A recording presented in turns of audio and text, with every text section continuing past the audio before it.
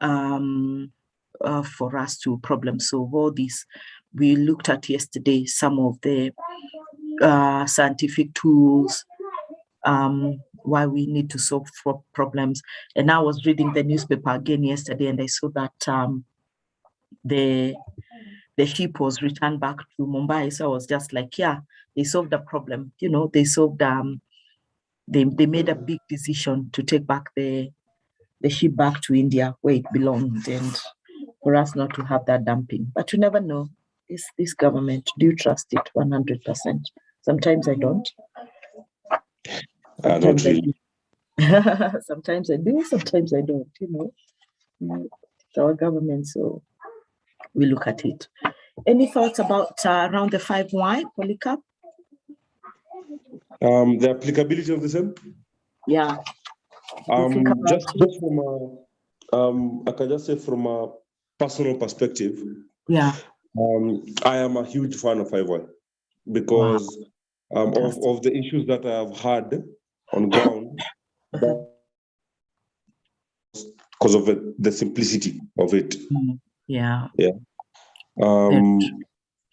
Yeah, it's extremely simple. It can cover a wide range of issues. Like if I can give you a scenario, we have had an issue because I'm outsourcing for many projects, and I'm the one who takes leads on most of these projects. So I've applied it in a manufacturing setup. I've applied it in an automobile setup. I've applied the same in a telecommunication setup.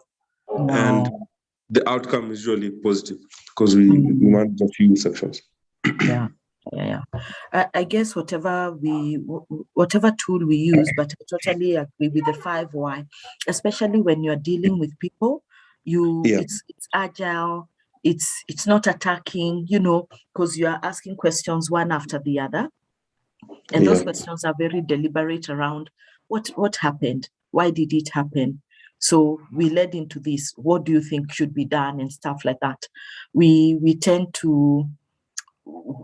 sometimes to trivialize things and ideas, but what I have seen, even me as a HR professional and someone who deals with people all the time, is that the moment you are more alive to the matter on the table and you're willing to listen a bit more, you know, attentively come without any, you're not clouded with anything and you've not made a judgment already, it gives you such a nice presence with the other person and they feel appreciated. So you come out winning, even if sometimes I know I was right and the other person was really on the other side of the coin. But when you show them that why it is and stuff like that, the ability to listen to people as a leader or even as a human being cannot be underestimated. We don't just listen enough, and we must take up the 5 levels of listening. We cannot, for who we are as professionals, we must aspire to be at least for now, to be at level 4, where you are listening completely without interrupting, without judging, and rephrasing what the other person is saying, so that there's that whatever. And of course, we also know that majority of the time people listen, their body language is really saying what they want to say, and creating those environments for people to really have conversations and to be able to talk back. But if you don't have a trusting environment, then we make. Unfortunately, that's how it's going to be. Okay, great. Nice to see the rest of us joining. Welcome. We are doing a recap of yesterday's lessons where we defined what problems are. We need to make a problem statement from the very onset. Very important for us. The kind of tools that we can use to problem solve.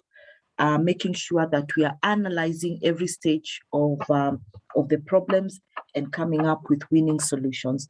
And we also say that different circumstances will call for us to make decisions very differently, you know, and also the level of your decision making will also give you the will also determine the level of decisions you can make and how you can solve problems. Problems ideally are very important. Yes, Polycarp? Madam Cousin, apologies to interrupt your line of thought, but there's something just taking me back.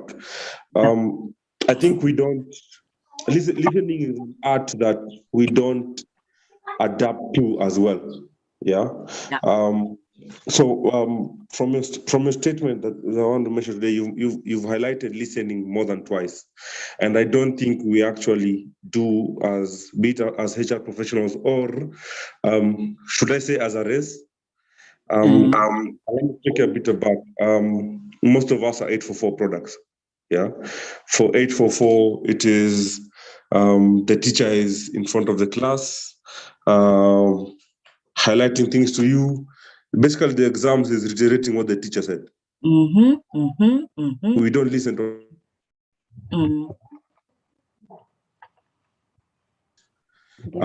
I think that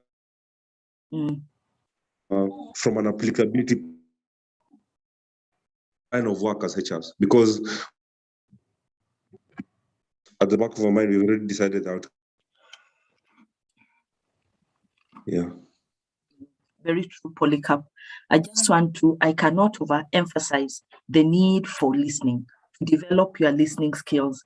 And for me, how I actually appreciate listening is on many fronts where I got feedback that I interject people, and ask for honest feedback, that I interject people with excitement sometimes, and cutting them in.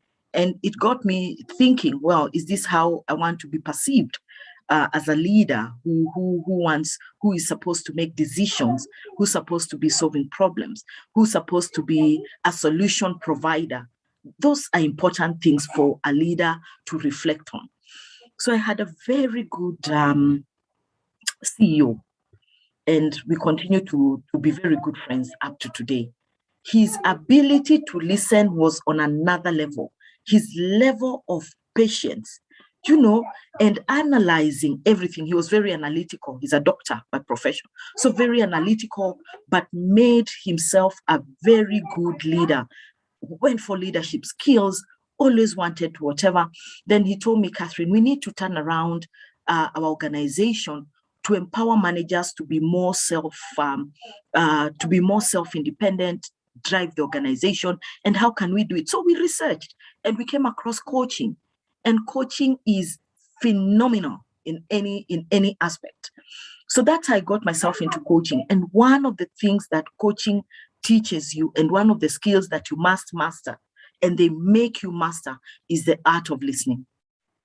Listening to what the other person is saying, listening to your coachee, listening to your teams, so that you totally understand, and looking at the environment and saying, is this a good time? And apt use of emotional intelligence. So when I talk about listening, I can go on and on and on and on. And it's actually helped me even just to become a better person. When I'm putting my point across, when I want the other person to really understand who I am, I give them time. When I look at talk shows sometimes, anchors and TV news presenters cutting in, whatever, I just say, I want to go and tell you guys, you need to let the other person finish. But sometimes it's so heated, and I'm not saying that we will become perfect at listening, because sometimes we are so upset with the situation and you want to put your point across, nearly banging the tables and stuff like that. But it's important to do a deep breathe in and say, I've clouded it out. Let's continue.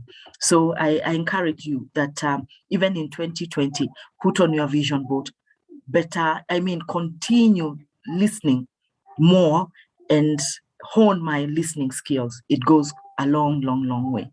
We are not perfect. I still struggle sometimes when I'm excited to cut into people's conversations. So thank you, Polycarp, for that. Anybody else about listening and how we listen and the importance of listening? Welcome, Naomi. Welcome, Helen. Welcome, Christine. Welcome, everybody. It's nice to have you this morning.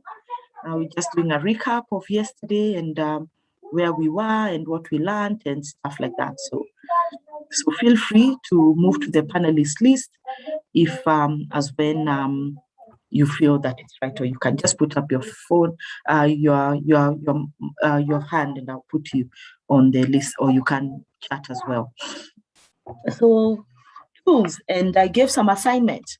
Why? We were just talking with Polycarp and saying it's versatile, it's agile. When you use the 5 whys, you really get yourself thinking and going to the next direction. Anybody with some input around that who'd like to share with us? Anyone? Anyone with some input? Okay, please feel free. So today we will have 3 topics really to cover, and I might just rush through them because there are things that we do know. It will be problem solving. We will also talk about root cause analysis and SWOT analysis, all for problem solving. That's what we want. We really want to go out with all these tools, and it's tools that we already know. That's the most important thing. How are we applying them at the workplace? How are we applying ourselves as well? Do you feel that the company really values you and they feel that you are indispensable to them? Do you feel that you're a valued member? That you contribute significantly to what the organization is doing, and really mapping out everything that goes into it. And I'm sure maybe we are making plans for next year, depending on whether December is your calendar, end of calendar year, you're evaluating your strategy, but we should never wait. We should get every opportunity to evaluate our journey in the company and our targets each and every day. So we should not just we should not just get along with it. Yeah. So that's how it is. So can we continue? Just kindly allow me to be a panelist, switch to my computer. Okay, yeah, let me do that straight away. Just so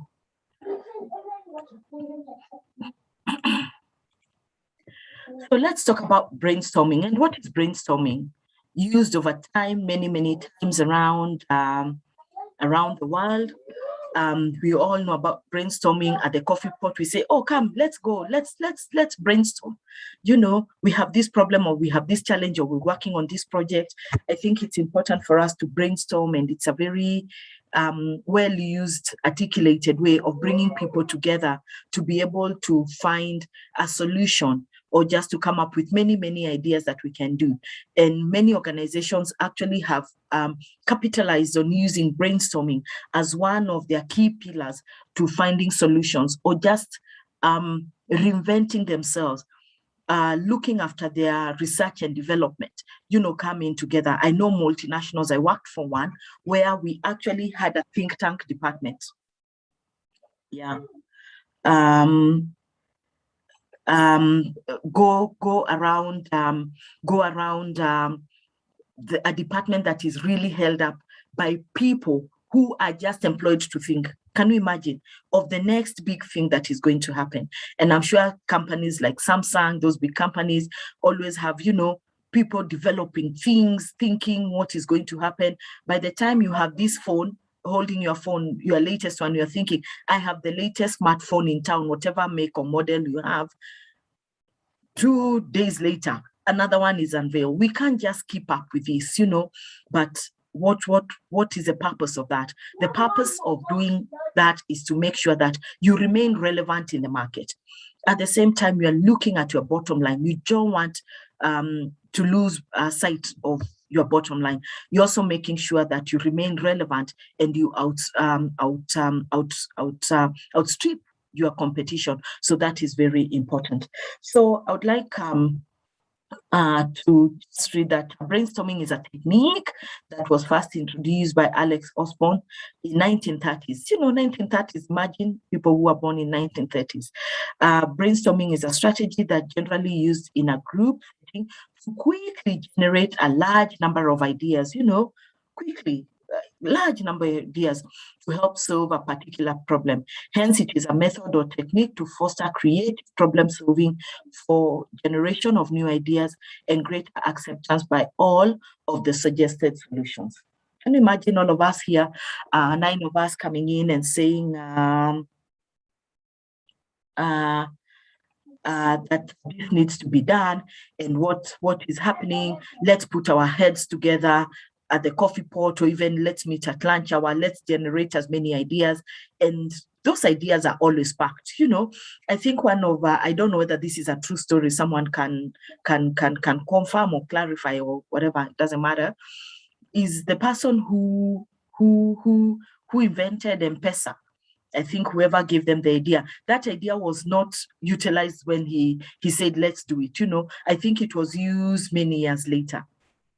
So just pack all the ideas. What I'm trying to say that all the ideas that you get in your organization, guys, there is never a foolish idea. When you call people to a table to say that let's generate ideas, pack them somewhere. Have a shared point.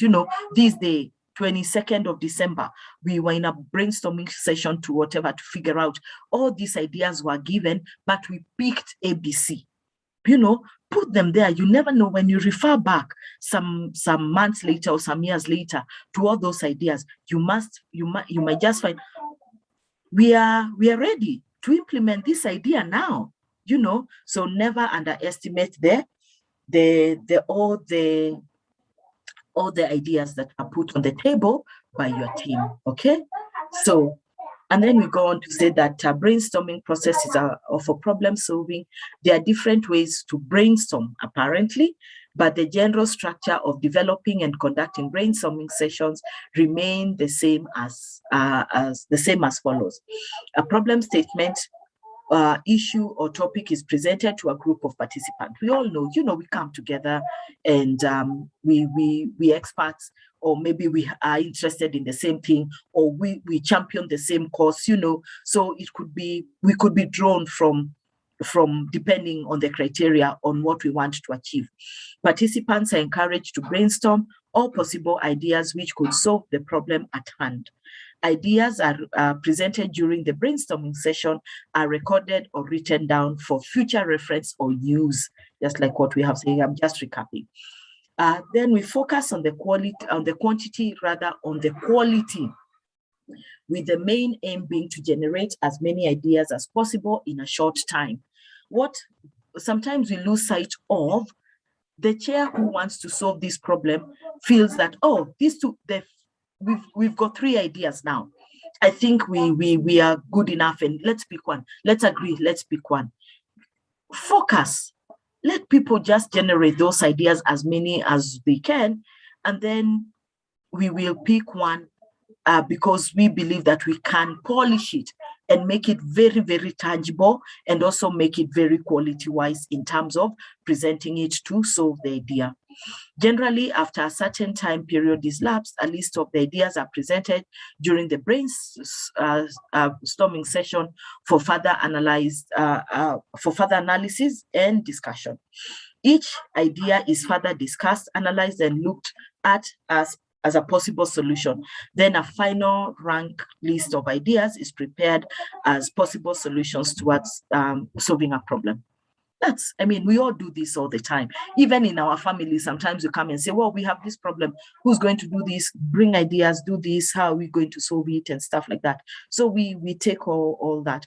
The thing is that if you want to have quality discussions in your organization, remember that we must learn to document.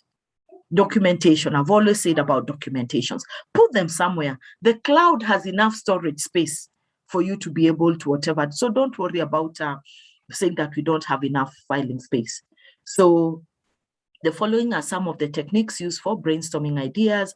We can have a split group brainstorming. We can have silent brainstorming. We can have a large group structured brainstorming, unstructured brainstorming, reverse brainstorming, question brainstorming, freeform brainstorming, nominal group technique, and idea mapping. So all this, depends on what you want to do.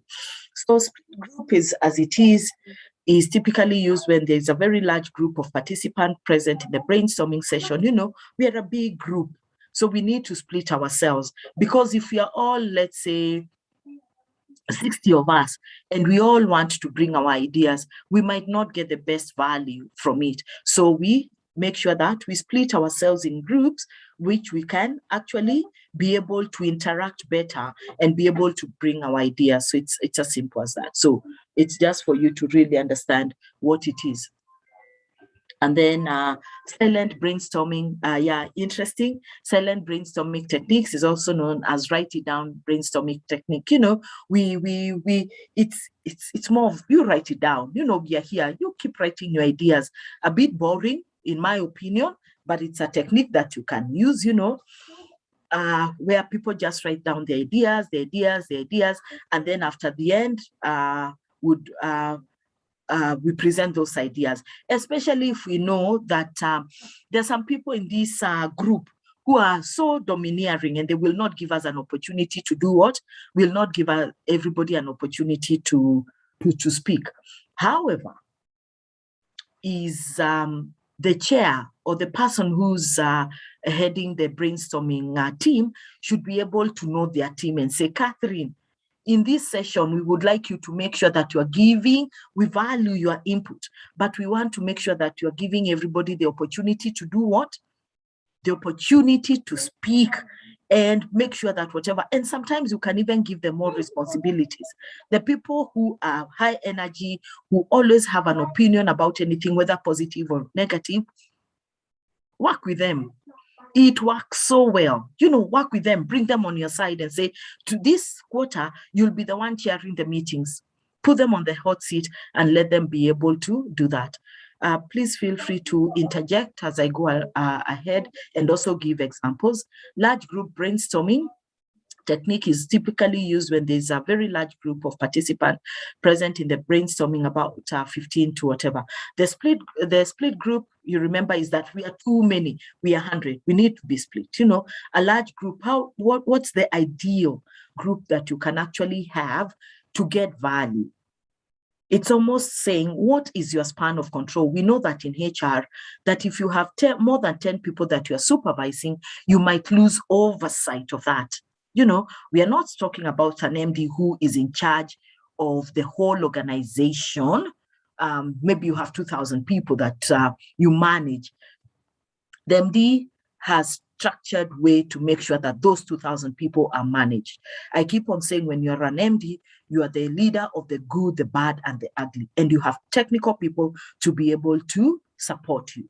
So even as group heads, I mean, like division heads, my division has, let's say 60 people. I have oversight of those 60 people, but I have unit managers who come and assist me in providing leadership to the teams. If you are supervising more than 10 people, you're struggling, I can tell you. And I see that a lot. I mean, you can say that, yes, sometimes people say, there are just 2 more. Okay, fine, no problem. But you must be very, very explicit in how you provide leadership to those people, because a leader has only two roles: to motivate the team and also to do what?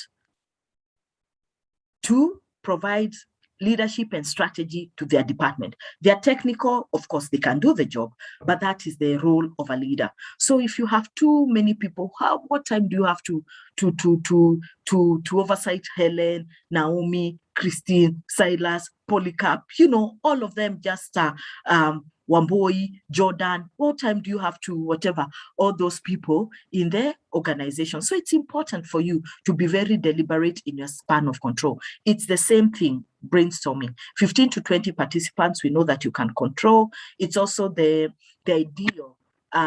If you have a class, let's say even a primary school, the ideal is 30 students. So we know that 30 students for a short assignment, you're able to do it well. Unstructured, like the name implies, structured brainstorming technique is also known as one at a time brainstorming technique. In this technique, the facilitator asks each individual to present his or her ideas about the problem on a topic being brainstormed, you know, structured. And all of them, of course, take a very structured way, whether it's split, whether it's silent, whether it's large. But no, we are going in a very structured way. You know, we'll start from the left and we will end on the right. So just to make it more feasible, and that is maybe what the leader would like to, that's the style that the leader would like to adopt. Sometimes we go to a meeting and say, there's no order of preference, anybody can start. And we start until we get everybody doing. So that is the unstructured. It's the reverse of the structured. So unstructured, anybody can start, end anywhere, come back, one shoe fits all, and we are all working together. Reverse brainstorming, interesting. And what I like about these trainings and seminars is that we pick one or two things. Did you know that brainstorming would have so many techniques that we can go and use and tell people, which one are we using today? And they look at you and say, nakini wewe kwanga clever, utwa hizi vitu wapi? Just say you're just clever naturally. Reverse brainstorming techniques is also known as Tipsy 2V brainstorming techniques. So we now, like reverse mentoring, where the younger generation is actually,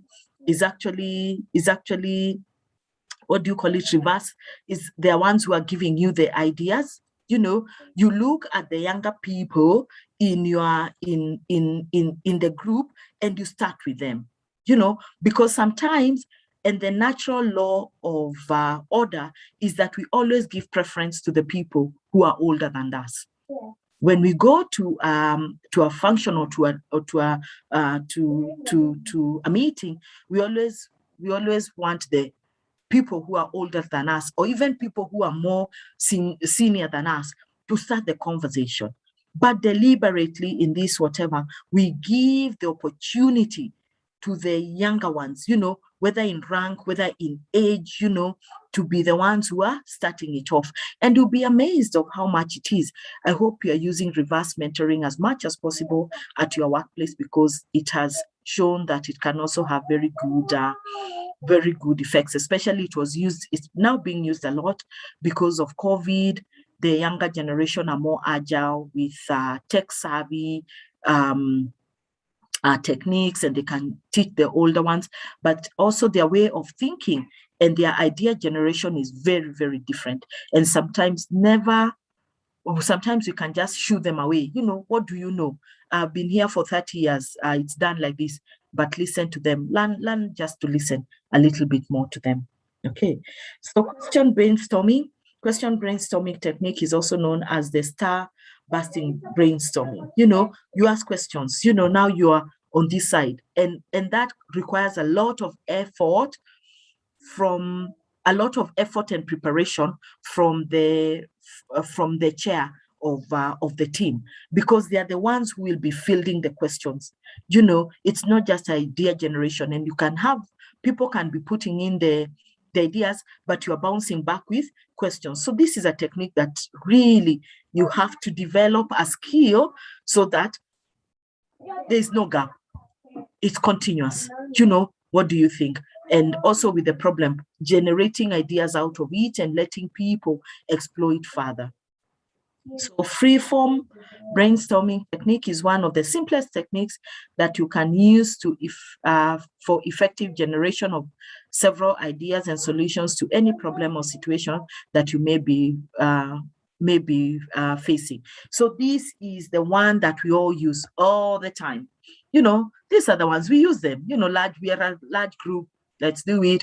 Freeform is fall for, we fall left, right, center, fall from the sky. All those ideas are coming in. We are putting them in the heart, and we are actually moving on. So nominal group brainstorming techniques is an advanced technique that further builds on silent brainstorming. Nominal, it's a nominal group. What's a nominal share? So we actually build on the silent one, and now it becomes very nominal, that it's very coveted just for this group. So that's what it is. And then team idea mapping technique works based on the theory of association. The participants of the brainstorming session are presented with a clear, well-defined topic. Like all of them, by the time you're coming to brainstorm a problem, you almost have a problem statement. You know what it is. But the team idea mapping is really like when you have a very big issue in an organization. So we are forming this team this team will be working, and this is the problem that they will try and solve by generating as many ideas as possible. Great. Any question? Any question? Any concerns? Please don't let me just be the one who is on the other side of the divide. Read the question and give me the answer. Read the question and give me the answer, please. You can tell me whether it's, you can call this, you can type it out if you are not able to unmute. A, B, C, D, you can say, which of the following is a one-time brainstorming technique? Is it nominal? Is it unstructured? Is it structured, or is it large group brainstorming? Hi, Catherine. Yes. I'd say structured. Structured. Someone else? Someone else? Oh my God. Yeah. Hi, Christine. You're on mute. Yeah, it's actually structured. Thank you very much, Polycarp. Any question on these techniques? On these techniques that it's you use them all the time. So you use them in pockets of here and there. You interchange them and whatever. So there's no right or wrong. As long as you're actually adhering to what you need to get to, is that you generate as many ideas as you can and make sure that you're getting to a solution. Also, at the same time, people feel included. When solving problems in an organization, what people want to feel is that you are actually, you are actually included in coming up with the solutions that led us to be in this mess, or in this challenge, or whatever we may call it. So let's look at real life experience very quickly, just the slides for us to appreciate the brainstorming. So Polycarp, you can see the drinks. I just, when I thought about it's Christmas, how better to bring in this brainstorming session with a nice glass of wine. So Star Events company is a popular event management company with a large client base. It has been known for organizing large and esteemed events at a global scale of quality and finance. So the company actually is in the event management industry. So it does on a global scale.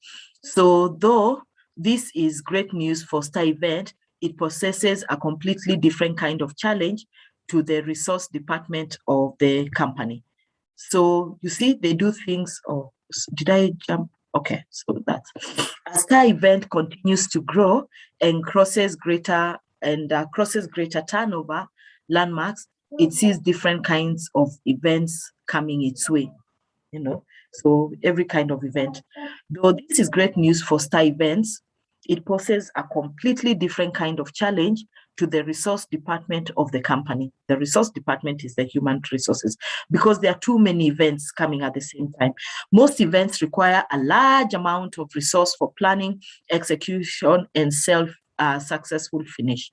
Let us try and find out how Star Events HR department handles such staffing pressures. So Samuel Jackson, the head of HR department, calls a meeting with all his team members working in the HR department.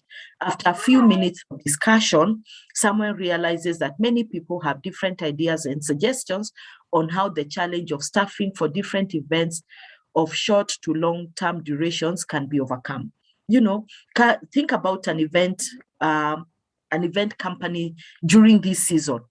They are so stretched out. Some companies just want a party of 10 people. Another company wants a party for 2,000 people there because they're inviting their employees and their families. Another company wants just stuff for the executives. So different magnitudes, and of course they can be overwhelmed.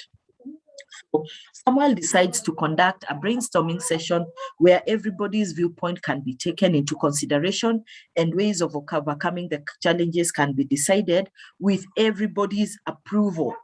That is what we want to emphasize on, that we want everybody's approval when we make the final suggestion. And what we also said yesterday is that sometimes we will not agree.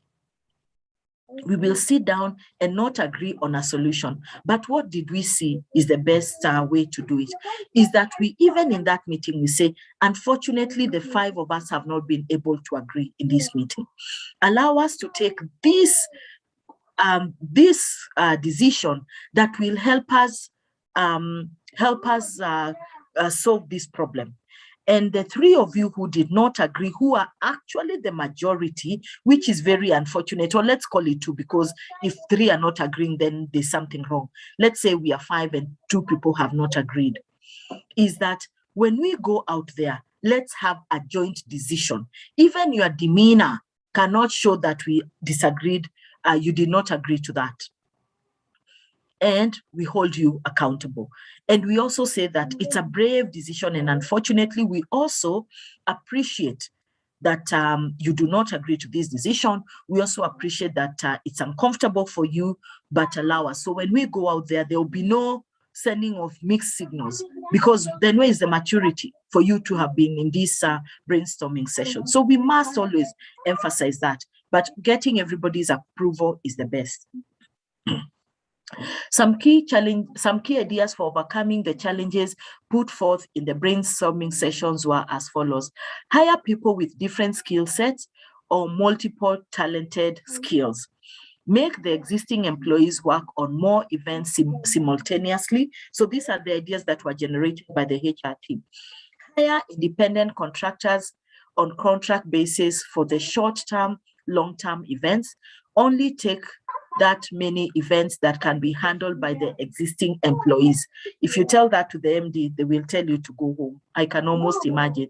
After going through the various ideas put forward, people decided that the best way to overcome the staffing challenges is by using a policy of hiring independent contractors to fulfill such short-term and long-term events. Do you feel that that was a good idea? Would solve the problem? Someone? Yes, Polycarp? Raise hands. Why do you feel that is it? Given the, please unmute and tell us why. For me, I think it is because I'm looking at it from my line of work, where we usually again call on staff just to fulfill a certain need. It makes sense, and you are also outsourcing the risk. You're transferring the risk back to the independent contractor. Exactly. Risk regards to alignment towards minimum wage, risk to any insurances, risk to PPE compliance, such things. But for me, as the HR of the event company, my gigs are still happening. Yeah, I totally agree with you, Polycarp, that is the best solution. First, it still talks very strongly to your bottom line. It talks very strongly to meeting the demands and of your suppliers who have requested for your services. They will still want to work with you in the future. You'll also be able to take into account and hold the event, the outsourced, the company that you outsource to give you the people. You'll make sure that you vet them and make sure that the people who are coming to work with you really do understand that brief. So you transfer that headache to them, and it's a short-term solution. So you can whatever. And one of the things that also going forward is that management is able to plan and know that we, even as we make our profit, we know that there's an element, a business expense of outsourcing. What percentage is that? Is it eating into a profit? How can we, if it's eating into a profit, does it mean that we need to now look at increasing the fee to our clients. So there are many things that come into it. And of course, now, if we are to increase the rates, what does that mean for us? Would we lose business and stuff like that? So it's a good idea. That's the best, definitely. And we see that a lot, that let's outsource anything that is not our core business. It's important always to outsource anything that is not in your core business.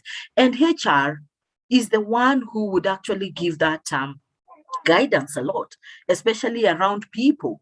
Very, very important. I know in those days of when our parents were working, or our grandparents, is that everything was in-house, from cleaning to photocopies to everything. So when the idea of outsourcing came, there was a lot of hue and cry because people will lose jobs. But we must, like what Michael Porter says in his competitive advantage case studies and everything, is that you must only concentrate on your core business. Anything else is a distraction to you, and your competition will outrun you, and you will wonder what is happening. I'm doing the same thing. I'm chasing the same market while I'm not getting it right. You must also look into your inner business and see what is happening. So thank you for that. Anybody else who'd like to contribute? You're all very quiet, Helen. I know we're all busy today with many things, so I'll also try and hurry. So thank you for that. So another way that we can solve problems is using root cause analysis, brainstorming sessions. And then the next one is using the root cause analysis. I'm sure we've all come around this RCA, and what are we always looking at? We're always looking at people. We're always looking at machinery. We're always looking at the materials. Those are the three things that really bring us together as an organization. We have a core business. Even if it's services, you still have some form of machinery, materials, whatever business that you're doing. So root cause analysis is a very good tool of solving problems as well, popularly known as RCA. It is a method that is used to deal with a problem, error, or failure by finding the root cause or reason of the origin of the problem. So the origin of the problem is never the people. Of course, people make the errors and becomes a problem. And that's why we said, what would be causing the problem? And in HR, we know that we have another layer now, and we are so happy to use that term, and we must actualize it as much as we can, the duty of care. What is duty of care for you? What do we mean by duty of care? And I'll say why I'm asking this. Why? Polycarp? So duty of care say is the ability of, yes, the business is still focusing on the bottom line, but being ethical and being having a bit of empathy towards exactly your staff and what they're going to. Empathy is the new currency that we're using, and trust and vulnerability in the business. So duty of care means that you are very people-centric, that are the 3 Ps.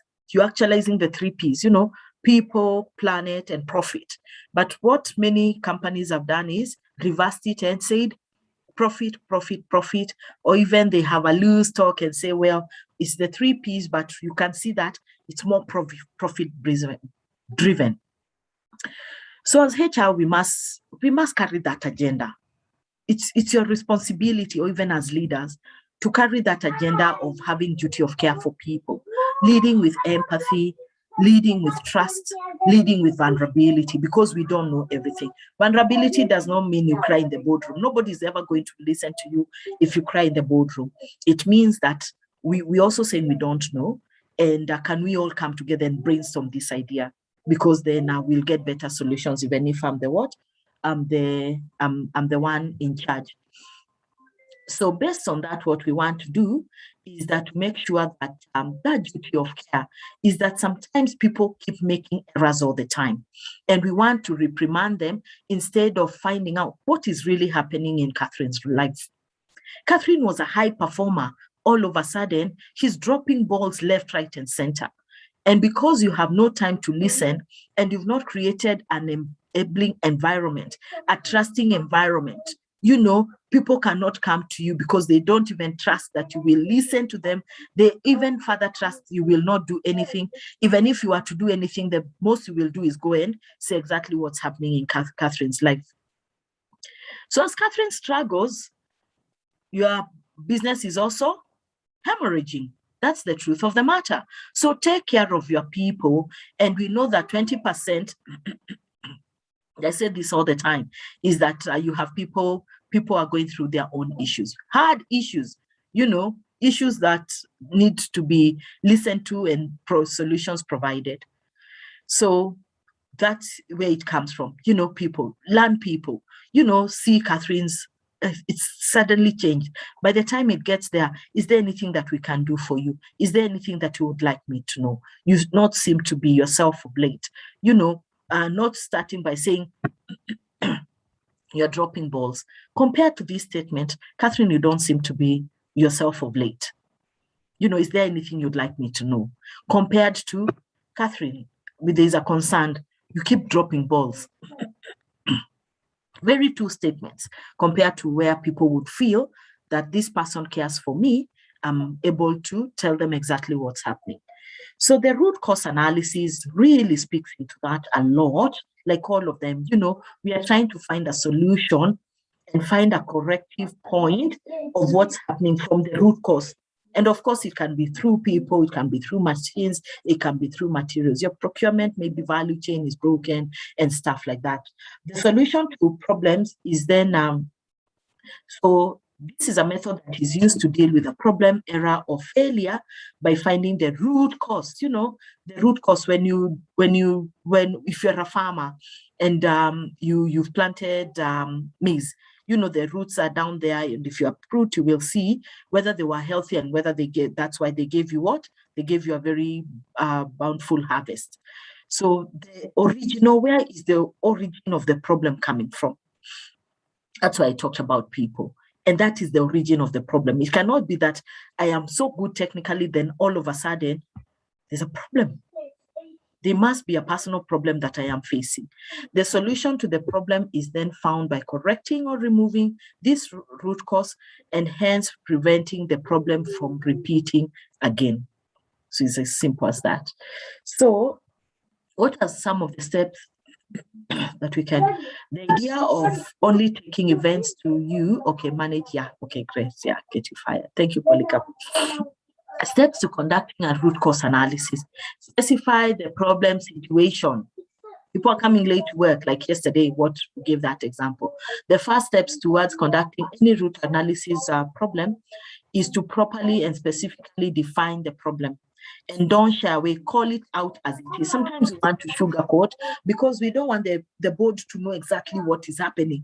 Let's sugarcoat it in another way that is more palatable for them to know what is happening. Don't make things palatable to suit you, because you'll actually be doing what? You will be window dressing. You should use the SMART rules to define your problem, and we all know what SMART stands for. So that will give you a very, very good analogy of how the problem is coming about. So moving on, is that then step number 2 is understand the problem situation. Defining the problem was the first step using the SMART analogy. In the second step, you will make sure that you have understood about the problem, is accurate and not based on hard facts or data. That you need to make sure, that it's based on, remove the not, based on hard facts and data. You put it as it is and you're analyzing it because you're trying to look for the root. This step ensures that your personal biases or perceptions do not misrepresent the problem in any way. Remember, the making it palatable. We are looking at hard facts, we are looking at data, how it started, what is happening in all the situation. Then prompt actions steps. By now, you have specifically and clearly defined the problem and also understood it completely and accurately. You're able now even to tell the board, this is what it is, because it's backed up by data and facts. This step just offers the temporary quick fix to the problem for the time being, and permanent steps will need to be taken to completely eliminate the problem from recurring. So you want to address the problem there and then. Then take preventive action steps. The third one was take prompt action steps, and that now you're taking the preventive steps into the future. You have taken temporary steps action to overcome the problem through quick fixes. So our machine is breaking down all the time. What can we do? People are coming late to work. What can we do? The first thing we do is, the quick step is put a register at the gate. Anybody who comes after 8 will be flagged off. That's a first step. Before now taking the real preventive and action points. This machine is breaking down all the time. After preparing 20 cases of product, there is a problem. So it means that we need to make 15 so that it doesn't break down. So at 15 cases, please stop the machine, and then it will give us another. It will continue running as we find a permanent solution to the problem. The next step is find the corrective action that needs to be taken to completely eliminate the problem and stop it from recurring. Please remove this note, sorry about the typo.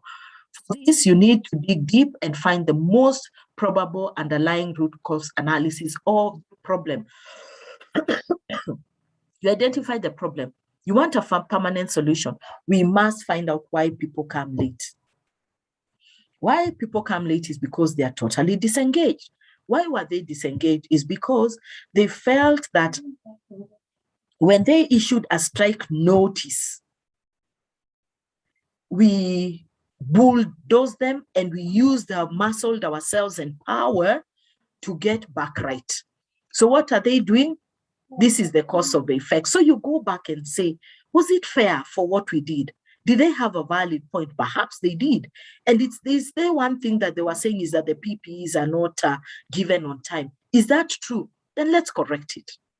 So it's as easy as that. Go back to the root cause of the problem. The last step of conducting a root cause analysis, RCA, is to clearly establish a firm and to confirm the solution to a particular problem. You have taken certain corrective and preventive measures that help eliminate the root cause causing a particular problem. After achieving success through such steps, it is crucial that you identify and establish the success of the adapted approach. This might take time, I must say, because we already know, sometimes we think that we know the root cause of the problem. But when we look further down, if we want a permanent solution to it, we must dig deep and we must allow ourselves to use time. Half the time, what happens is that we know it on the surface. Let's find a solution quickly and move on. Because I also don't blame anyone. And the reason being is that we are so rushed for business, we need to provide results. Remember, people, planet, profit, profit, profit, profit. The board is asking for profits. Management is asking for profits. Where is our quarter 3? Where are we at? Why are we short with 20%? How are you going to bridge the gap? There will be consequences of what it is. So that's the problem. So we never get time to just sit down as leaders. And that's why I say a good span of control, you're able to concentrate on what's happening to these problems and be able to provide solutions to your team and also call people around the table to be able to do that. Any question on root cause analysis? Is it something that you can use? Question. So everybody type it out on the chat. Which of the following is the first steps to RCA process? Take prompt active steps. All of us, let's type it out. Understand the problem situation. Take preventive action steps. Specify the problem situation, sorry.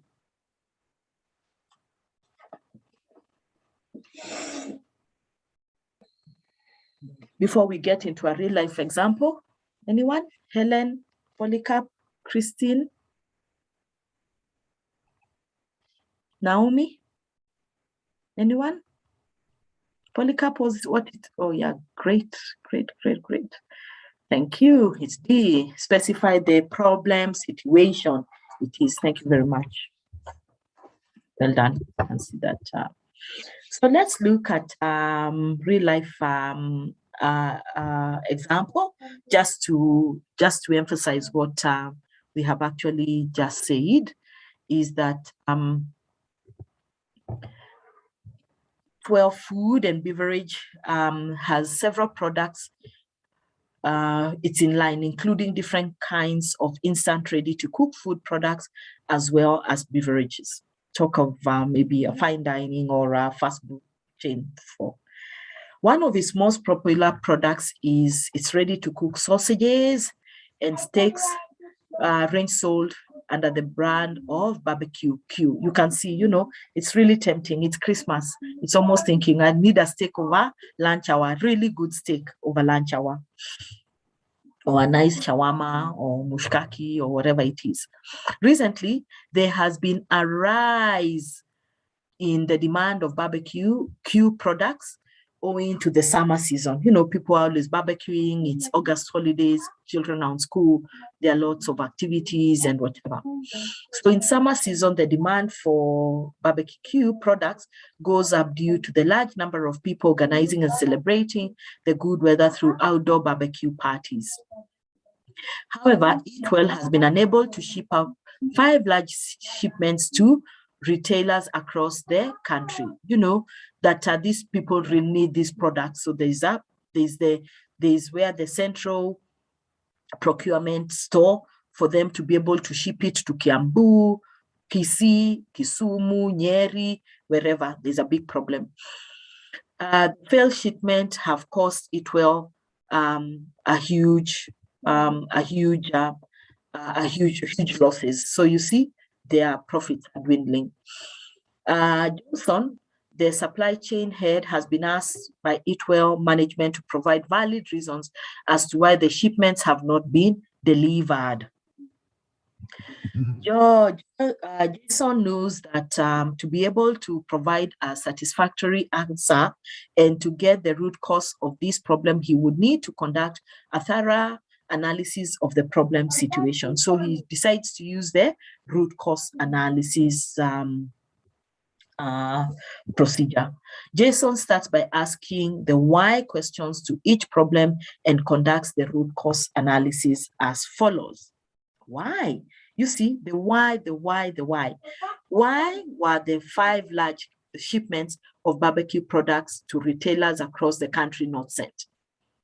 Because there was no stock of one of the key ingredients, beef, that is required to make the barbecue products, so the product could not be made. There was no ingredient. Call it Royco. Royco was out of stock. Then he asks another question. Why was that's the 5 whys that we were talking about yesterday. Why was there no stock of beef, which is one of the key ingredients required to make the barbecue product? Because the last 3 shipments were not received due to a problem at supplier side, and there was no inventory kept at Eatwell. Started following just-in-time system of supply chain management. We know just-in-time. Just-in-time is the product that the system that they are using for procurement. Why did Eatwell not order the ingredients from another supplier? A good question. There were no contracts in place for backup suppliers of the ingredient, this Royco thing, in case the primary supplier failed to deliver. Don't we see this happening at our places of work all the time? We can so visualize that these problems happen. Why was the restocking of the beef not done earlier before reaching 0 stocks? The trigger for reordering an inventory has been set too late, as the new just-in-time system has just been implemented in Eatwell for the last few months. The stocks were supposed to last at least another 2 months, but lo and behold, they did not. Why did the ingredient stock finish earlier than expected? Due to the high demand of the barbecue products due to the summer season. We get back. When you ask those pertinent questions, you will come back to your question. to your problem, sorry, of what is causing. And an epidemic which killed several cattle this year. Eatwell was not able to get the suppliers in good time too, and the stock finished. After the above analysis, which Jason has done, he knows the root cause analysis of the failure to deliver shipments to the retailer. Is he able to give a real conclusive answer to the board or to the management? Yes, he is. Is it backed up by data? Yes, it is. Is he able to pinpoint where every problem lies? Yes, he is. And Jason presents the causes and the possible solutions to the management as follows. Root cause: no stock of one of the key ingredients, beef, which is beef, to make the beef products. Primary supplier failed to deliver shipments of ingredient on time as expected. There is no inventory maintained for the ingredients as Eatwell started following just-in-time system for supply management. He goes on to analyze and say no contracts are in place for backup suppliers of ingredients if the primary supplier fails to deliver. He also goes on to say that trigger for recording an inventory has just been set too late as per the new system that they are using. No forecast was done, and then no forecast was done to predict high demand of barbecue products due to the summer season, and there was also a pandemic, epidemic, further increased the gap between the supplier and the demand. Maybe the cows got anthrax or something like that. So what is the solution? We need to have a nominal amount of inventory stock should always be maintained. And of course, that's no brainer. It's what it is. Have backup suppliers ready to order the key ingredients, so not just rely on one supplier. Tweak and make the existing system more efficient because you have the leeway and you can ask your IT people to actually amend or revise the system for you. Be more aware of the market situations which can cause future problems such as the epidemic. It's the same that we got. What are some of the risks and we need to be aware? These are things that are within your control. So what we are saying is that be more aware of market situations and environments that can really throw you off target, even with well laid out plans. COVID came. Didn't it throw us out or whatever? We put in our systems and some of the things that we had put in place as our business continuity plans did actually not materialize. You had to go back to the drawing board completely. So that's what we said yesterday, and I emphasized as HR people. What risks have you mapped out for each and every of your function? It is important. As heads of departments and people who are expected to make business decisions for the business, what risks have you mapped out and what have you done about it if this risk was to occur? You know, things that are completely out of your control. The force merger, we never seem to have to map out risk for our force merger, but now it is important that we do that progressively going forward, knowing what COVID has done for us. Another solution he proposes is use proper forecast analysis tools to predict the demand and sales of the barbecue products and other things that may impact the supply, such as the epidemic, season demands, etc., to meet the rise in demand in time.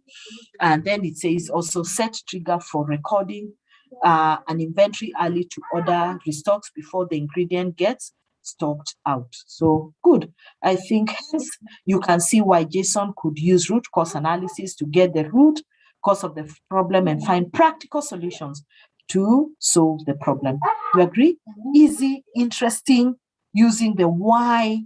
We got a practical case of, progressively. When you answer this, then you also put a question on that, what the answer has been, and you will end up to where the problem is. Any question? Question, comment? Is it something that you can use? It's something that is interesting for you? Moving on pretty fast. Any question? So we want to look at the SWOT analysis. and SWOT is something, and this will be our last one. SWOT very well used around the organization, and I'm sure you also use SWOT analysis. These are things that we enjoy doing, so there would be nothing that would actually throw you off the ground. Any question of using root cause analysis? So solving problems and SWOT analysis hand in hand. We'll always have problems. Problems will not escape us. And we see that SWOT analysis is a technique founded by Albert Humphrey. I think it's, well, just for, who came up with these terminologies. I think it is good to credit them, who led a research project at Stanford University between the 1960s and the 1970s. The acronym stands for, we all know, strength, weaknesses, opportunities, and threats. Very well used when we are coming up with our strategic plans in organizations, and being able to just bring them together so that we can see exactly what we excel in, what we are not good at, what our opportunities as a business that we trend and we know that we can seize them, and what are some of the threats that can be brought about by our business, or even the environment. So very important for us to be able to consider this all the time. And also, even as individuals, have you mapped out, do you have a SWOT analysis of yourself, of your career, of your personal plans, of your family? It's interesting, and it takes time. I'm not saying you sit down and in 30 minutes you'll be whatever. You'd only be able to do maybe 2 strengths. My strengths, what do I think about myself? Get feedback from other people, do personality tests, which can also be found free from the internet, and they almost give the same results. Or ask a coach like me to come and help you in articulating that, and say, where am I doing this? Where do I want to go to? Maybe XYZ and stuff like that. So just doing a real SWOT analysis on yourself is also very important. At the same time, you might not finish that, that's take time.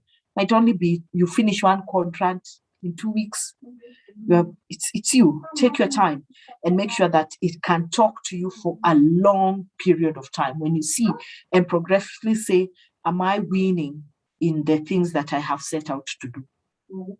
And changing along the way, because plans do change all the time, So why should we use SWOT analysis as part of solving our problems? It is used as a framework for organizing and using data and information gained from situation analysis for internal and external environments. We all know that. SWOT analysis enables a group or individual to handle everyday problems and look at traditional strategies from a new perspective. Sometimes we are so fixated with our traditional strategies, we lose foresight of some of the new perspectives that we might be using, because tried and tested. A good example that I always remember, Fred Matiang'i asking the education gurus at the ministry, so why do you release results after 2 months? The class 8 have done results in November. You'll only release the results early, was it in January or February, whatever it was, a long period of time. So they said there was no reason. They could not see any reason. It's just a tradition. We've always done that. Mark the exams, put them in the storeroom, let kids go for Christmas, relax, New Year, and then call the press conference unveiling of the results. So he says, perhaps if we release the results earlier, would there be any harm? Would it cause any, is there any cause and effect of releasing the exams earlier, results? They said no. Then why don't we do it? You mark exams in 2 weeks, you calibrate the results in another whatever. I mean, exams even, in fact, I think are marked in 2 days because it's all computer generated. I think what takes time is the compositions or comprehensions. So you have results in a week, actually, because there are many people marking those comprehensions, and then bring the results, analyze, put the results. We have processes, we've put in IT systems and stuff like that. That's how we got our results in 3 days, in 2 days. Why children anxious? Let them just bite the bullet, whether Christmas will still come, whether they failed or whether they've passed, whether they will be disappointed with their results. They can always appeal if you strongly feel. So let's read. So do you have traditions in your company that cloud you not to look at new perspectives? And we have many. This is how we've always done things here. You'll hear that, and it's working. Okay, if it's working well and good, perhaps if you try a new way, would it work better? Would it shorten your processes? That is why concentrate on your core business and think about it every day, guys. Even in HR, how are you treating people? Is it the same way of grievance handling? Have you tried and tested other ways of grievance handling? Complaints that come to your department, compliments. How do do we wait until there's a town hall meeting to say, Catherine did a sterling job. She was head of sales, this, whatever. She went out of the way to close that hard pipeline. Perhaps you could say, we are inching closer and closer to getting the pipeline closed, and Catherine is championing it. So when people meet Catherine, the whatever, what can I do to help you? My cousin works there. Let me give you a contact. You'll close it tomorrow. Look at how things work. Very differently if we use new perspectives, if we can work instead of just putting ourselves in the traditional silos. SWOT analysis is a planning tool used to understand strengths, weaknesses, opportunities, and threats involved in a project or a business. We've already said that. This is misplaced. It should have come somewhere else. So strengths are characteristics of a business or a team that gives its due advantage over the industry. We also know that there are tangible and intangible attributes internal to an organization, beneficial aspects to the organization of the capabilities of an organization, which include human resources, the competencies that we have, the processes internal that we have, our financial muscle that we have, products and services, customers' goodwill, and brand loyalty. So even as you're doing your own SWOT analysis, how about just taking that and saying, why is my brand? What am I known for? Where can I influence? Who is in my inner circle? You must ask, who is in my inner circle? And how do I contribute to my inner circle? If you were to leave your inner circle, and I can ask you to think about it, is that would they feel the loss of you leaving your inner circle? Do you even have an inner circle? How do you contribute to your inner circle? Is it safely guarded? Are you all really moving in the same direction and really pulling each other? You must have an inner circle for everything that you value. Everything that you value. Because your inner circle of maybe career people might be, let's say we've decided Catherine, Helen, Polycarp, and Christine were in the inner circle for our professional growth. This is it. We muscle and we make sure that we are well sought after, and it is us, people know. And we all work together. You might have an inner circle for your own personal developments, which we might not belong to. So you must learn to have your inner circle, and what do you present to your inner circle? Strengths, that's again examples, all what it is, we have discussed that. Weaknesses are characteristics that place the organization or an individual at a disadvantage relative to others. Distract the organization from its ability to attain the core goal and influence its growth. Factors which do not meet the standards set in the organization.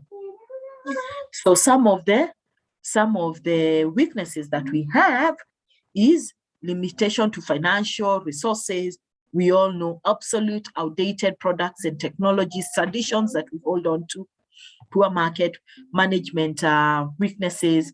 And that's why one of the things, if you do corporate governance, and I would like then to consider running a corporate governance training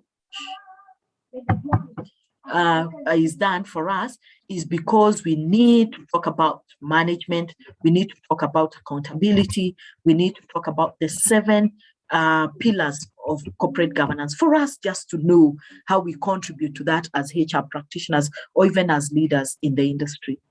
What are my opportunities? They make me smile all the time.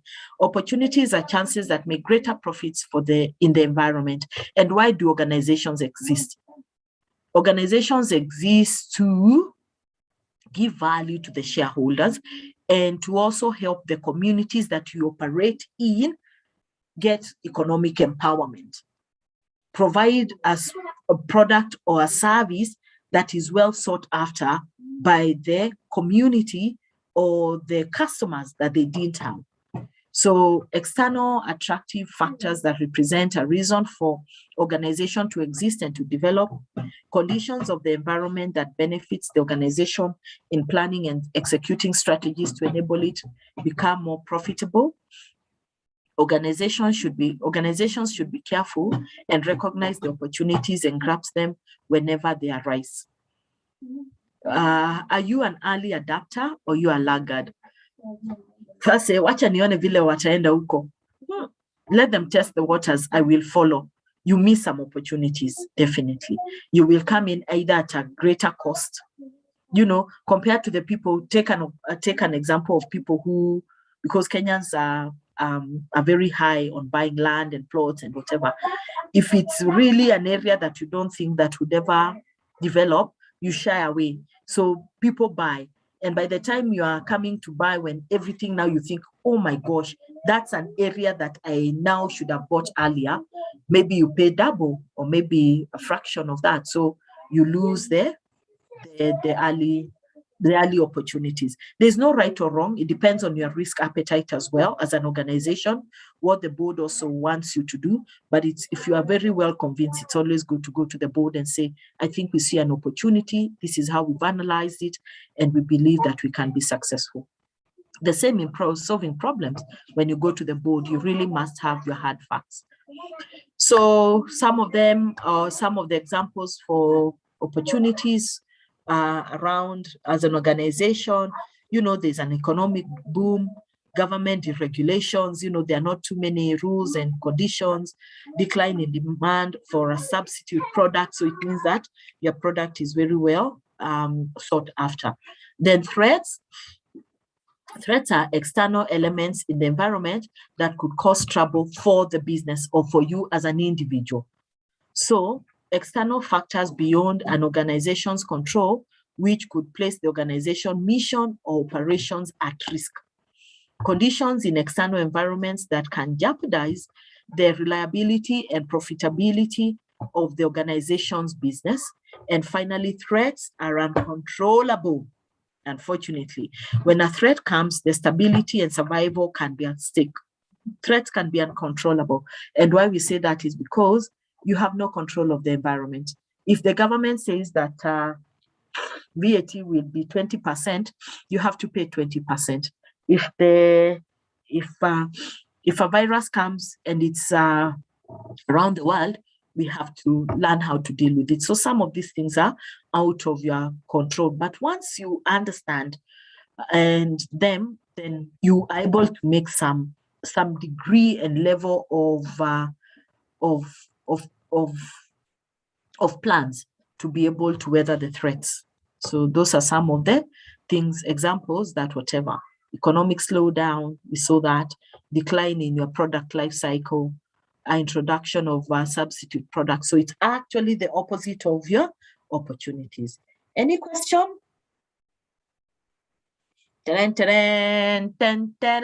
Guys, now look at the screen again and tell me which of the following is a threat to your business. Threat to your business? Someone, yeah. Is it changing customer needs and taste? limited financial resources, lower production costs, or is it entry of foreign competitors? Can type it out. Can type it out. A threat to your business. What can threaten your business? Thank you. I can see a chat there. D. Thank you very much, Polycarp. Go to the panelist list. Anybody else? Anybody else? Okay, great. So thank you. Of course, threats for entry of foreign competitors every time. And that's why you should have people in Sharia house to know which business are coming in town, the multinationals. I know people, your business development people always have their feelers out there to know what is coming into the market. So you know how to change your strategy. Okay, great. So the last one is step to SWOT analysis. And the following are the steps of conducting a SWOT analysis. We all know, I will not go them through one by one. Is analyze internal and external environment, perform a SWOT analysis and document. You cannot not document, prepare action plans. Anybody who would like to say anything? Polycarp, Helen, Christian? Anyone who'd like to say anything? Do you want a 5-minute break? Can we go back a bit to the final question? I think Madam Christine has a point. The changing customer needs or tastes.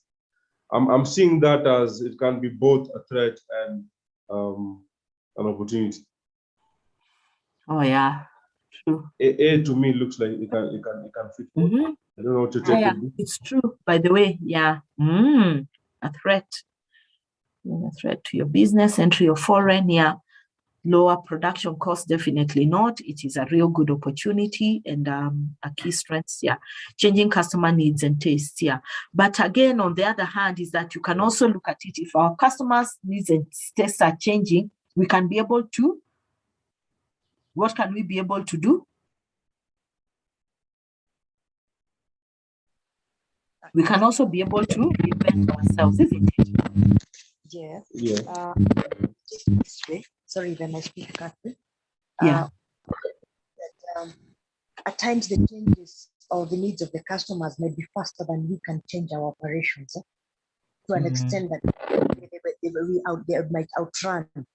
Because if you look at the kind of demand that customers are having now, you find that what fits you doesn't fit you. So you can end up with a change required like in 3-4 versions of the Yeah. Yeah, true. That's very true, Christine. And it's so unpredictable. I think customers are so demanding. You know, anything small, you put it in the spotlight. Social media does not help you to contain the spread like bushfire and wildfire in terms of just whatever. There's so much a substitute in the market, you know, and substitute is not an inferior product. It's just, you know, there's Aerial, there's Omo, there's Blue Band, there's Prestige. I have whatever. And there's Kifaru, there's Pembe, there's X, there was what, there's Eden-T, there's Sacinity, there's Dormans, there was what. I'm spoiled for choice, you know. So what speaks to me, sometimes when I go to the supermarket and I think this is whatever, I look and say, all these flowers, fortified, they say fortified and whatever, I can be there maybe 3 minutes looking. Do I buy X? Do I buy Pembe? Do I whatever? And of course, I think it's also a gimmick of trying to be above the market, is that when you look at some products, they will be always much more expensive than whatever. So they've positioned themselves like, I'm expensive, I'm better. Isn't it? And we can talk about those brands here. And some have just said, I will compete, I'll be low and still whatever. So for me, flour, Catherine Wamwangi, flour is flour. As long as it doesn't have aflatoxins, I will pick it. It's not being flagged by cabs and whatever. Kifaru, you're on sale today at 99. Kuja tuende nyumbani tukakula ugali. You know, X is Jogo is 130. Jogo nimekuacha. I'm sure someone else will pick you because they believe in you and whatever. So that for me, I'm very clear in terms of basic consumer items. They work the same way. They will not cause me any harm. They would not be on the shelves. They have been whatevered by KEBS. Come one, come all. I'm a bargain hunter. Anyone who would like to speak into that? Or I make my decisions badly. Allow me, Catherine. Yeah. And I can use to me what is familiar to me. So I'll use alcohol brands. So Yeah. for a very long time, the Kenyan market took a lot of UDV. UDV are basically the spirits. So you're speaking the Kibao, the Chrome vodka, the Casey's. It is still a bit high, but over the last 5-7 years, keg has really taken the foothold. Just for now, it is the biggest earner for most breweries in Kenya. Yeah, the other, that change in customer need or taste, it became an opportunity for keg, but it became a threat for UDV. Exactly. Yeah. So how did they fail? I need to go one day. I thought anyway, you know, I need to go with you one of the days, Polycarp. You must invite me when you're going to do your rounds. I just need to see the reality, because I thought everybody drinks beer. Many people drink beer from those bottles, and I think it's the younger stars who came and started drinking these spirits, and we got into the problem of second generation, third generation that spoiled villages completely. Fortunately or unfortunately, that is a Kenyan middle class assumption. Because the areas that we frequent, the people who are around us, you can see them with a white cap, Balozi, Ataska.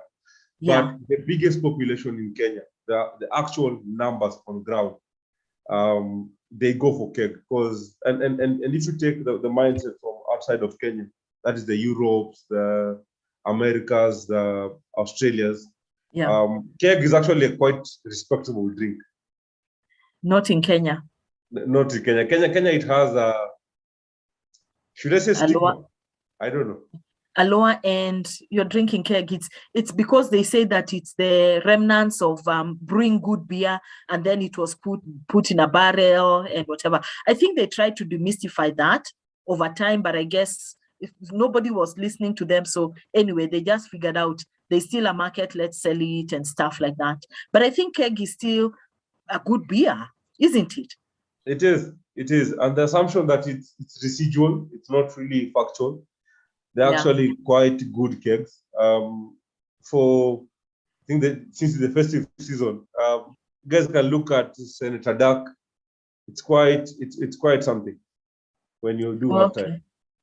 Okay, Polycarp has given you a drink of choice for the consumers and whatever, but also see my niece and nephews who are now working maybe in their first job and they are a bit upward mobile, let's call it like that. I look at them and wonder, these drinks that you buy a whole bottle, I mean, I can't just wrap myself, and a bottle is 3,000, 6,000. What kind of consumer taste and preferences have changed? Or is it also structured around older people or younger people or stuff like that? My take would be there's some drinks that at least the externals would see it as a bit of prestige. Look at it like someone having maybe a bottle of Kenya Cane or Chrome vis-a-vis someone having a bottle of Johnny Walker. Yeah. If I can be local, Tumbo Inakio. So you'll stagger the same. But on the face value of things, the person who's having the Johnny Walker has that bit of prestige. I think it's just a societal thing. Yeah, very. Anyway, I keep on saying kila mtu na kila nyani na starehe zake. Yes. Yeah, it's true. Yeah, it's the same. Pick X at the checkout point. I look, oh, X. And how much am I saving? 10 shillings. Let's go home, Kifaru. So they're very different. Yeah. So I think what companies have had to do is quickly understand their customers, their preferences, the changes in taste, and what is also happening out there in the market. So the salespeople have to be on top of their game, how you position your goods in the market, do more research, and also just hedge your profits in a way that, so I think the fast moving consumer goods really have a big run for their money. And now there are many more products coming in. I think the ones who, in my days when we were growing up, there was only Harpic. Then all these other ones came in. Harpic is still a brand that will not lower its price. They are notorious in price. I mean, let's put it like that. They are very consistent. Then all these other ones came in, and do they do the same thing? I think they would, so it's just giving more people variety and also giving people the purchasing power. But if they are still in the shelves, it means that they are still doing well and they still got a market to whatever. Anyway, yeah, consumer products, yeah. So last one, do we want a 5-minute break, or we continue and finish and go our way? Wish each other Merry Christmas. Continue? Okay, let's continue. So very easy in conducting SWOT analysis, the same, it takes the same process like any other one. Analyze your external and internal environment, analyze your SWOT, put in as many things around your 4 quadrants and pick them, prepare your action points. And that's the only time you'll be able to come up with a good strategy. You cannot miss out the process of a SWOT analysis, or even when you're trying to solve a problem without going through that and coming up with great action points. If be it if you want to do what? You want to put up a strategy, or you want to whatever, you want to solve a problem. So allow me not to go through word by word, because we have discussed that, and just visualize what it is. We've been able to pick some of these things, and analyzing your strengths and your weaknesses internally. Helpful. What are your strengths? What are your weaknesses? Looking at yourself very critically, calling yourself to that meeting that your heart palpitates and beats and says, "Ooh, is this really me? Is this how people perceive me?" And then, of course, some of the things, what is harmful, what is really good for you, and making sure that you're analyzing your external whatevers as well. So how do we perform SWOT analysis and documenting it? These steps include the following. I will not go through slide by slide, because then we would be repeating ourselves. Is to establish the objectives, select contributors, allocate research and information gathering tasks, create a workshop environment, list the SWOT analysis, evaluate listed ideas against objectives, because you have key objectives. I want to solve this, and these are the key objectives. That's the main purpose, and carry forward the finding. This is where the rubber meets the road, guys. Performing the SWOT analysis and documenting it. This is where the rubber meets the road, because this is where the work is, and it begins. The other 4 are easy, quadrant, what it is, and now analyzing one by one. So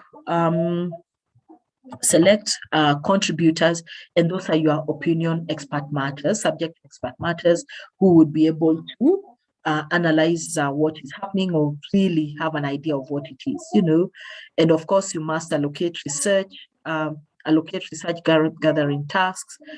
There's always a monetary element associated with this exercise.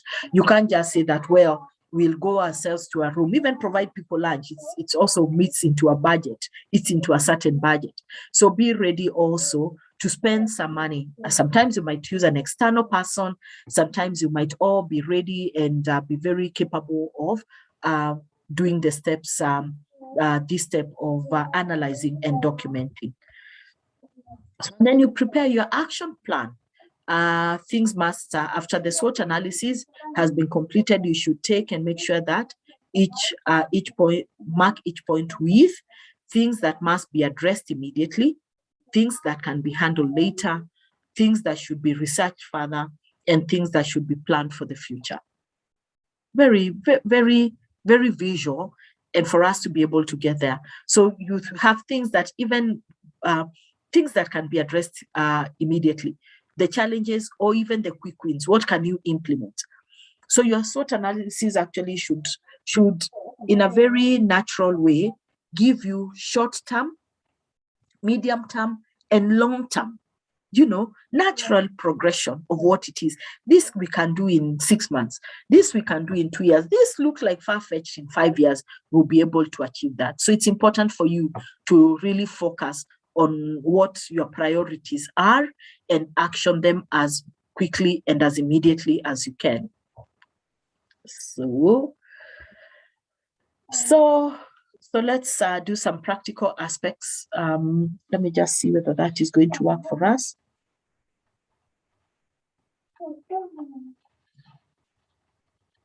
Yes. So yeah, I think we can do that. It's actually very, very, very, very, very important. Okay, so look at this practical case, which I should have given yesterday, but I gave another one. Is observe the problem-solving styles of your colleagues and friends. Based on your observation, answer the following questions. Or even on your own, just think about you as an individual. Who among the people you observed, usually visualize someone in the office, usually uses effective problem-solving techniques? Which problem-solving techniques does this person follow to make good decisions? What is your own problem-solving style? How can you improve your problem-solving skills? Just as a wrap-up of this webinar. Someone?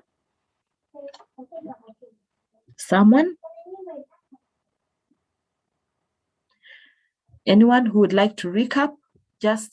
Not just to recap of the style. Is it very methodical? Is it very just as a spur of the moment, impulsive? How, when you think about it, is it a combination of both? Are there techniques that you would use? Pareto, Fishbone, the 5 whys? You would use the scientific methods? Are you using the SWOT? And before that, we also looked at the root cause analysis. Tell me, what is it? A combination of all of them? Come as we go, our end goal is to solve the problem, or it depends with different circumstances. So, Catherine, please allow me. Yeah. For the first two, at least the person whom I've observed, you see, your environment teaches you a lot. So I'll use the people that I engage with. Yeah. So there's, one of the people that I've noticed they handle problems really well is a customer partnering manager at KBL. He is a very rebel-minded person. So his role is to ensure that the customers are actually satisfied.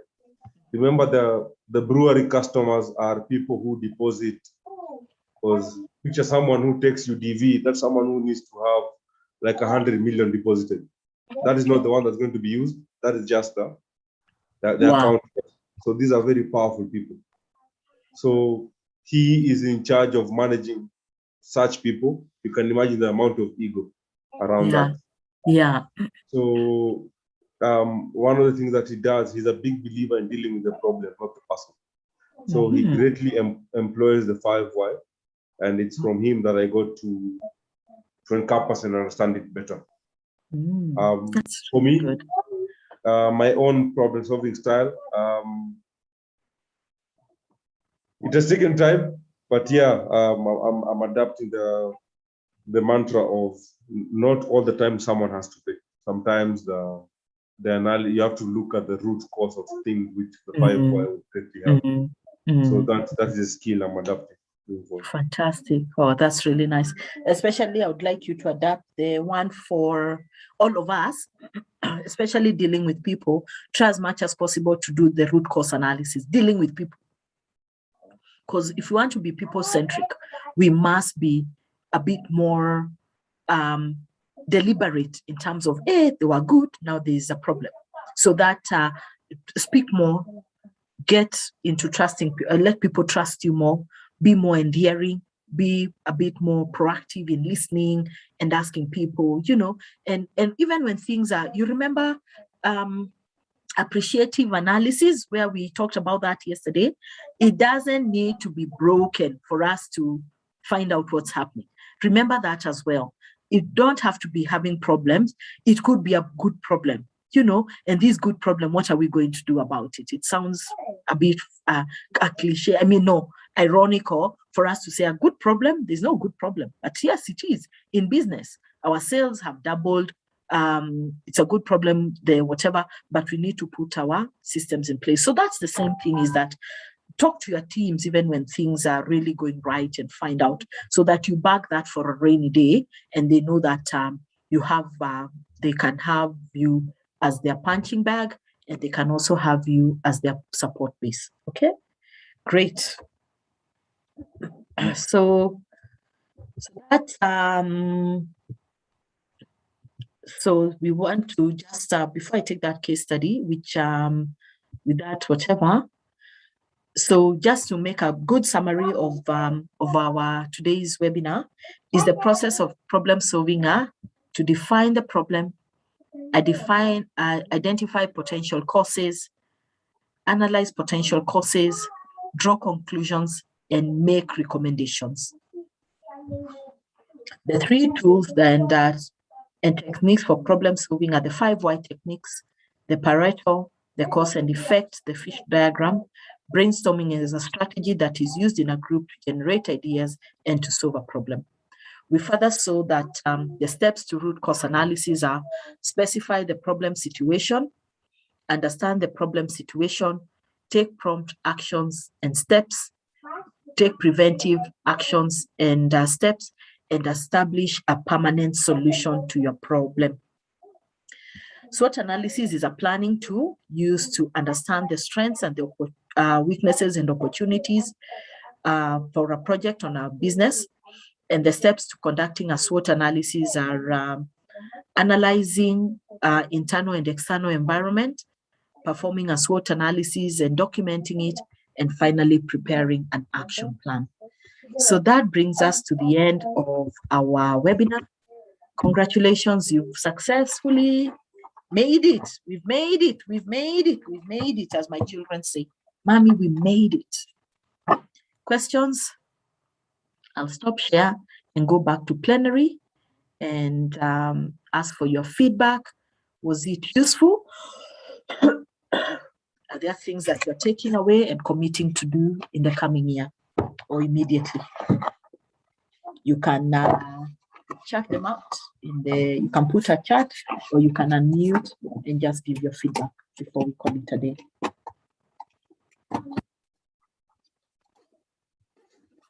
Polycarp? Yes, Captain. Your final thoughts and feedback on the seminar? When would be the applicability of it? The fact that we are in a line dealing with people, problems always be there. So, this is a session that I will try to disseminate to my team. Again, because when you train others, you learn twice. So I'm hoping to share this bit of knowledge with my team. And one of the other problems that I'm foreseeing coming is, so the company is actively pushing diversity, DEI. So there are various lines where we have casual employees, and those particular lines need us to have 100% women. Wow. It will be interesting to hear what you have a good problem at hand in terms of pushing your diversity and inclusion programs. It will be interesting to see how you actually knock out 100% gender, and whether there will be hue and cry from the male gender as well. But I guess the business has done an analysis, very important. We cannot underestimate how diverse groups and diverse teams can actually support the issues of problem solving in an organization. So yeah, we'll be right behind you. We'll be looking up to you to give us some really good lessons and learnings from what you come up with. Well done, Polycarp. It's a brave step. Yeah. Someone else? Was it useful? Christine, Helen, Naomi, Yato, Silas? For me, it's not a problem. This is looking into various kind of scenario people. And maybe what even made me laugh is when you say that somebody at least told you that most of the time you also need to learn to be a listener. As much as I listen, I'm also very talkative. So at times I have that problem of either interject or even trying to finish the sentences for someone and just speaking. So I think I'll put that very cautiously next time. Fantastic. Yeah, thank you very much. Yeah, we are not in the same boat. Yeah, so listening and problem solving. Problem said is a problem half-halved, but when we increase it with listening, it's almost 3/4 solved. So thank you, Christine, for that. Thank you, Yato. Thank you for the kind feedback. Yeah, fantastic. Real life situations are the ones. Yeah. Okay, so if there's no more feedback, I would like to really thank you. Christine, you can mute. On behalf of SCHRP, I would like to say thank you very much for making time for the last 3 days. We have one more session tomorrow with Rhoda, my very able facilitator, and we'll all be here to listen as we break for Christmas. If I don't talk to you before the end of the year, or if we don't interact, my very best wishes to all of you and to your families for a very Merry Christmas and a very happy and blessed New Year. So let's go out and solve problems in a way that people will see that we are solution finders and implementers at our workplaces. So adios. See you next time. Bye. God bless you.